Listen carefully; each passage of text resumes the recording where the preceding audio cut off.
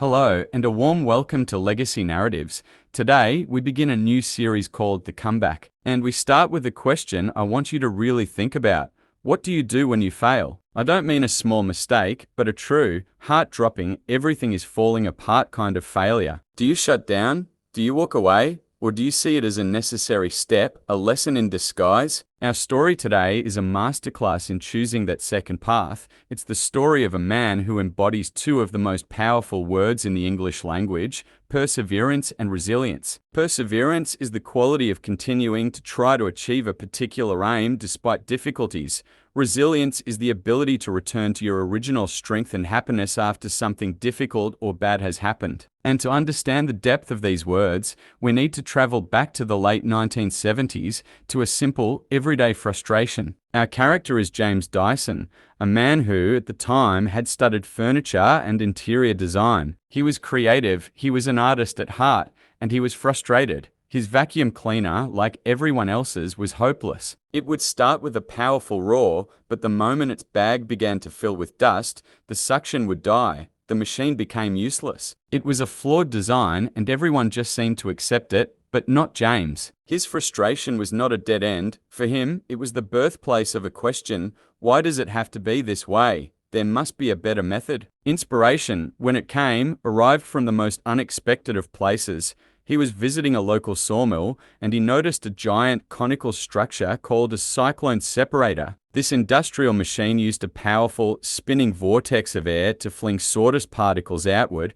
separating them cleanly from the airstream. There was no bag to clog. The idea struck him with the force of a lightning bolt. What if he could shrink this massive industrial technology down and put it inside a vacuum cleaner? The goal was clear: to create a machine that would never ever lose suction. And so began what might be one of the most grueling journeys in the history of invention. He retreated into his garage. This became his laboratory, his sanctuary, and his battlefield. He began to build what we call a prototype. A prototype is the first early model of an invention from which all later forms are developed. It's the physical version of an idea. His first prototype was a beautiful, hopeful thing, and it failed. It didn't work, so he built a second one. That failed too. Then a third, a 10th, a 100th. Imagine this scene: a man alone in his garage, surrounded by bits of cardboard, plastic, and metal, each one a testament to an idea that didn't quite work. The air is thick with the smell of glue and the weight of disappointment.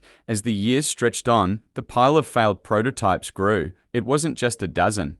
It wasn't even 100. He was diving deep into the thousands. His family's savings, all the money they had, was poured into these models. He took out a second mortgage on his house, plunging his family into serious debt. The financial pressure was immense. And then came the rejection, the outright, door-slamming, soul-crushing rejection. He took his idea, his working prototype, to all the major vacuum cleaner companies. He was laughed at. They told him his idea was ridiculous. They said no one would want a vacuum without a bag. They had a multi-billion-dollar business selling disposable dust bags, and he was threatening their entire model. They weren't just uninterested, they were hostile. They rejected his future. So let's pause and consider his situation. He had no money. He had a mountain of debt. He had over 5,000 failed experiments, and he had every single expert in the industry telling him he was a fool. This is the absolute rock bottom of a dream.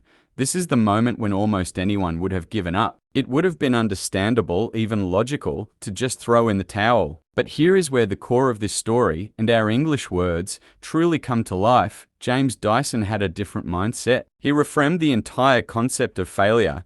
He didn't call them failures, he called them discoveries. He would say, with each failed prototype, I discovered another way that doesn't work. And every time he discovered a way that didn't work, he was unknowingly, painstakingly, crossing it off a giant list, bringing him inexorably closer to the one way that would. This is the essence of perseverance. It's not just blind stubbornness, it's an intelligent, focused persistence. It's the quiet understanding that the path to any great achievement is paved with setbacks. Resilience is the emotional and mental strength that allows you to wake up the morning after a rejection, Look at that pile of broken dreams in your garage and say, okay, what did I learn? What will I try today? Prototype number 1543. And then the breakthrough, after 5 long years and 5,126 documented failures, he built prototype number 5127, and this one worked. It wasn't just a small improvement, it was a revolution. The G-Force vacuum cleaner, with its iconic bright pink and yellow design, was a masterpiece of engineering. It never lost suction. It was brilliant. He couldn't sell it in England, so he licensed it to a company in Japan,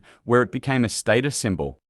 James Dyson was no longer a failed inventor in a garage. He was the founder of what would become a global technology empire. But his legacy isn't just the vacuum cleaner or the bladeless fans or the hair dryers. His true legacy is the story. It's the story that teaches us that failure is not the opposite of success. It is the essential, non-negotiable ingredient of success. It is the price of admission. So the next time you face a setback, I want you to remember this word, perseverance. And the next time you feel like giving up, I want you to remember this man, his 5,126 lessons, and his one world-changing success. Thank you for listening.